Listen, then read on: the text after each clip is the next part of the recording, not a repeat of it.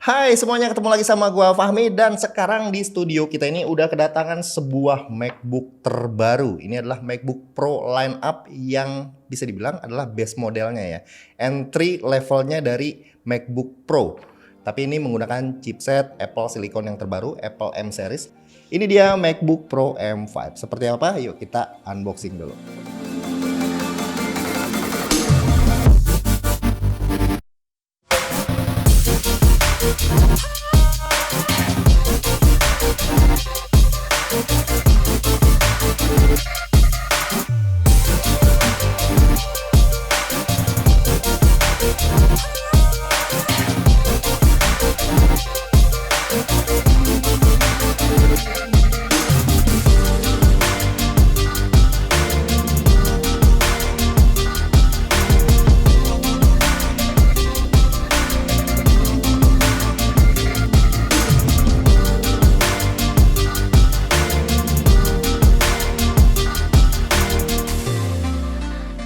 So ini dia MacBook Pro, ini didominasi sama warna putih ya, dusnya ya. Dari depan ini udah langsung kelihatan dia warnanya apa. Ini kita pilih yang warnanya adalah Space Black. Nah, jadi dia ada dua warna ya, ada Space Black, ada yang Silver. Nah, kita balik dulu sebentar, kita lihat bagian belakangnya. Terus di sini spek yang dipakai, gue belinya pakainya yang RAM-nya itu yang 32 GB, terus storage-nya penyimpanannya itu yang 1 TB. Ya udah paling itu doang sih keterangannya.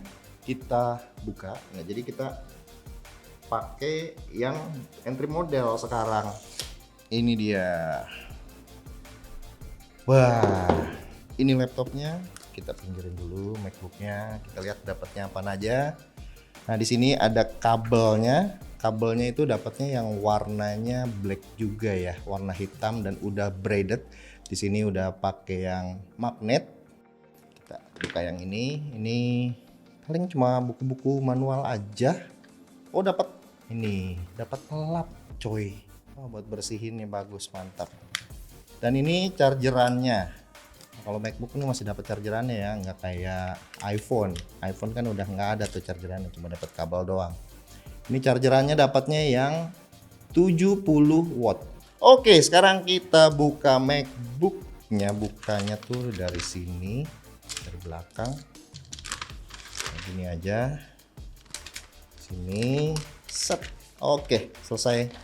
Kita buka. Wow, secara penampilan ya sebenarnya hampir-hampir mirip ya, nggak terlalu banyak beda dari generasi yang sebelumnya. Terus kita buka untuk pertama kali.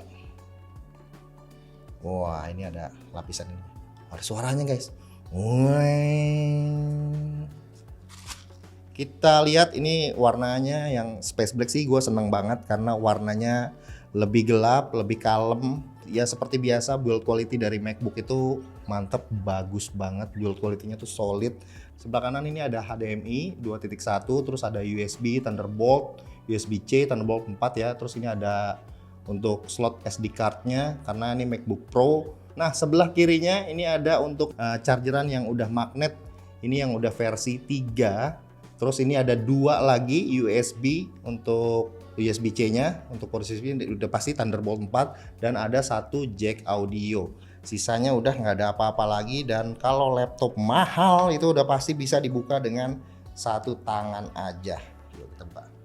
Mantep, terbuka dan nggak terangkat. Nah yang pertama kita lihat di sini adalah keyboardnya. Keyboardnya jujur ini adalah keyboard yang enak, empuk. Memang kalau MacBook apalagi yang Pro model ya, itu memang udah mantap banget dari sisi keyboardnya, enak banget dipakai buat ngetik, bikin script ataupun semacamnya lah, balas chat dan lain-lain. Dan di sini sebelah kanan ini ada Touch ID-nya, ini fingerprint, jadi bisa dibuka langsung pakai Touch ID. Nah, yang paling enak dari MacBook adalah ini nih, touchpad-nya. Gue tuh kalau pakai laptop biasanya selalu menggunakan mouse, tapi semenjak menggunakan MacBook, gue itu udah nggak pernah pakai mouse lagi karena saking enaknya menggunakan laptop dari touchpad-nya ini, dipakai buat ngedit. Apalagi kalau kalian pakai yang Pro model yang ukurannya 16 inci, itu lebih besar lagi. Dan ini aja ukuran touchpad-nya menurut gue udah cukup besar dan cukup enak buat dipakai ngedit. Memang di sini juga kliknya itu juga berdasarkan daripada apa namanya kayak ada haptic feedback ya. Jadi kayak ini tuh sebenarnya kapasitif tapi dibantu sama rasa dari haptic feedbacknya. Sekarang kita ke bagian harganya.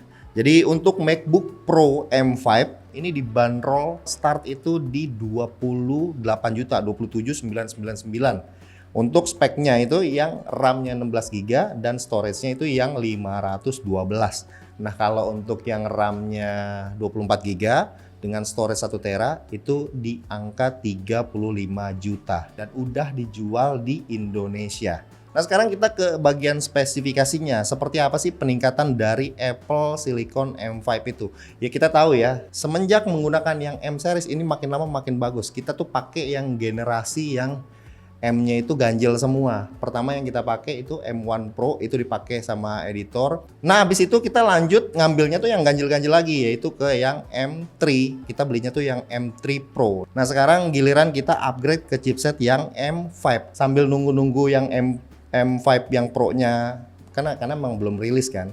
Tapi gue penasaran dengan menggunakan chipset yang M5-nya aja. Karena chipset M5 ini adalah chipset dengan clock speed yang paling terbesar di single core-nya, yaitu 4,61 GHz. Dan dia itu udah pakai 10 core. Jadi ada 4 yang performance core-nya, ada 6 yang efisien core-nya. Begitu juga di GPU-nya, dia udah pakai yang 10 core.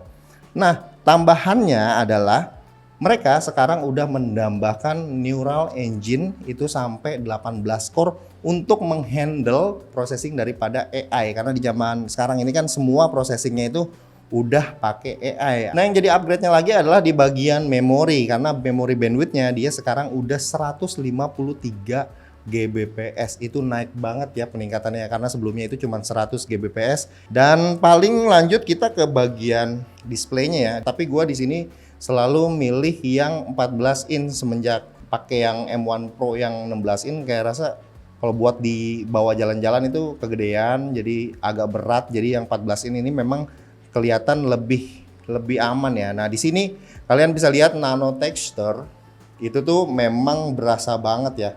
Di sini tuh nggak ada pantulannya tuh, kalian bisa lihat di sini. Padahal di sebelah sana tuh ada lampu, tapi nggak ada benar-benar yang memantul di bagian layarnya. Nah, layarnya ini secara spek ini masih sama, pakai Liquid Retina 3024 x 1964 pixel dengan modelnya ini. Tapi MacBook itu belum ada yang seri yang pakai OLED ya, dia pakai namanya Mini LED.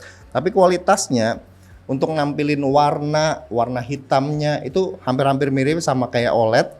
Ya memang ini bukan OLED, tapi menurut gua dengan kestabilan daripada displaynya yang buat nampilin warna, apalagi dipakai sama profesional editing, itu tuh memang pas banget, nampilin warnanya tuh akurat banget. Dan tingkat kecerahannya itu sama, masih kayak generasi sebelumnya di 1600 nits. So, jadi untuk mengetahui kemampuan daripada performanya chipset M series M5 yang terbaru dari Apple, gua di sini paling mau compare aja sama MacBook yang masih kita pakai sehari-hari buat ngedit. Ini adalah MacBook yang Pro, yang M1 Pro tapinya ya. Ini yang RAM-nya 16 GB. Ini masih banget dipakai ngedit sehari-hari buat bikin video karena ukurannya besar, ngedit enak, touchpad-nya juga gede banget, mamang betah banget. Dan ini satu lagi yang M3 Pro. Jadi kita nanti bakal compare yang M5 dengan M1 dan M3 Pro. Ini M3 Pro-nya yang RAM-nya itu yang 18 GB, storage-nya 512. Memang sih kalau dari RAM ini memang ada bedanya ya, karena kita pakai yang M5 ini yang RAM-nya tuh 32 GB, tapi kan kemampuan daripada chipsetnya kita bakal tes dari hasil benchmark itu bakal seperti apa. Benchmark yang gue pakai buat tes yaitu Geekbench 6. Hasil single core Apple M1 Pro itu dapat 2437. Apple yang M3 Pro itu dapat 2919 dan hasil untuk yang Apple M5 itu dapat 4261. Gokil ya, ini emang single core untuk Apple M5 ini memang ganas banget. Nah, untuk yang multi-core-nya ini nggak beda-beda jauh amat sih ya. Untuk Apple yang M1 Pro itu di 12888, terus Apple yang M3 Pro itu di 14165, terus yang M5 itu di 17914. Nah, lanjut kita ke GPU-nya dengan tes benchmark API Metal. Untuk Apple M1 Pro dia dapat 71258. Nah, untuk yang M3 Pro dia dapat 74208. Dan untuk Apple yang M5 dia bisa dapetin 76454. Menurut gua ini M5 sedikit aja ya unggul, secara overall ini memang mirip. Nah terakhir kita paling ke benchmark kecepatan disknya aja ya. Gua pakai software dari Blackmagic. MacBook M1 Pro dia dapat skor write-nya di 4675 Mbps. Untuk skor read-nya dia di 5239 Mbps. Nah untuk MacBook yang M3 Pro dia dapat skor write-nya di 4276 Mbps. Terus untuk read-nya di 5348 Mbps. Dan yang terakhir nih untuk MacBook M5 dia bisa dapetin skor write-nya di 6465 Mbps. Nah untuk read-nya dia bisa dapat di 6749 Mbps. Dari sini udah kelihatan jelas ya kalau kemampuan baca tulis SSD-nya MacBook Pro M5 ini emang kenceng. Dan buat siapa sih MacBook Pro M5 ini? Ya menurut gua untuk yang base model dan entry level ini sangat cocok untuk konten creator yang biasanya tuh cuma ngedit video YouTube dan ngedit video short gitu, pendek-pendek gitu, yang standar-standar tapi punya performa yang kelas atas. Dan ini tuh gampang buat dibawa kemana-mana karena ukurannya yang 14 inci dan menurut gua ini lumayan cukup ringan ya. Tapi untuk kalian yang editor, gua saranin tetap ambil yang seri yang Pro-nya, yang M5 Pro nanti kalau udah keluar ya. Tapi dengan layar yang lebih besar, yang 16 inci. Karena udah pastilah dipakainya untuk stay, untuk diam. Dengan layar lebih besar, touchpad lebih besar, dipakai untuk ngedit tuh pasti lebih nyaman untuk editor. Oke, jadi gua rasa segitu aja pembahasannya untuk MacBook Pro yang M5 ini.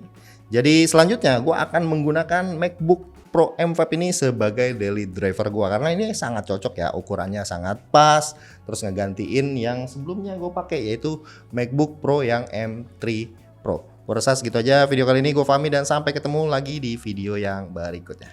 Bye.